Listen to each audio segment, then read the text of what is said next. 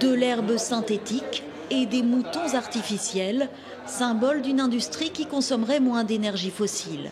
Avec ce stand, le groupe Yara vante ses progrès pour fabriquer des engrais plus écologiques. À Montoire de Bretagne, cette communication ferait plutôt tousser les riverains de l'usine qui, depuis des années, dénoncent de nombreuses pollutions. Ils mettent en avant tout un tas de technologies, alors pour décarboner, pour émettre moins de NOx, pour émettre moins de soufre, pour avoir des engrais qui vont avoir moins d'impact sur l'environnement. Mais s'ils sont si performants sur ces plans-là, qu'ils commencent déjà par se mettre aux normes au niveau de leur entreprise et arrêter d'avoir à la source un impact sur l'environnement. Chaque année, l'usine émet 200 tonnes de poussière, ce qui en fait le premier émetteur de particules fines dans les Pays de la Loire, le deuxième à l'échelle de la France.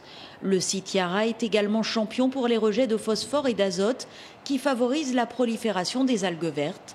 Les astreintes pour non-respect des normes environnementales se sont accumulées, sans pour autant pousser le groupe à une vraie mise aux normes. Depuis 2020, on a noté un abaissement de l'ordre de 30% des rejets en azote dans les rejets d'eau pluviale.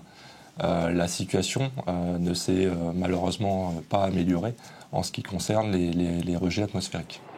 Sur une partie du site, le groupe a installé un processus de filtration des eaux pluviales et dit attendre le permis de construire pour lancer le traitement des eaux industrielles. Pour les poussières, par contre, les travaux coûteraient plusieurs dizaines de millions d'euros.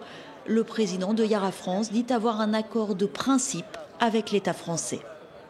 Si nous avions eu des avancées significatives, notamment sur les eaux industrielles, nous pourrions considérer ensemble avec l'État une dérogation sur la question des poussières. Donc ça n'a pas changé, c'est toujours aujourd'hui ce qui est discuté entre Yara et l'État, et c'est là où nous en sommes aujourd'hui sur les poussières. Cela constituerait une sorte de droit à polluer, malgré les études médicales qui prouvent l'impact des particules fines et une surmortalité de 28% sur la presqu'île de Saint-Nazaire.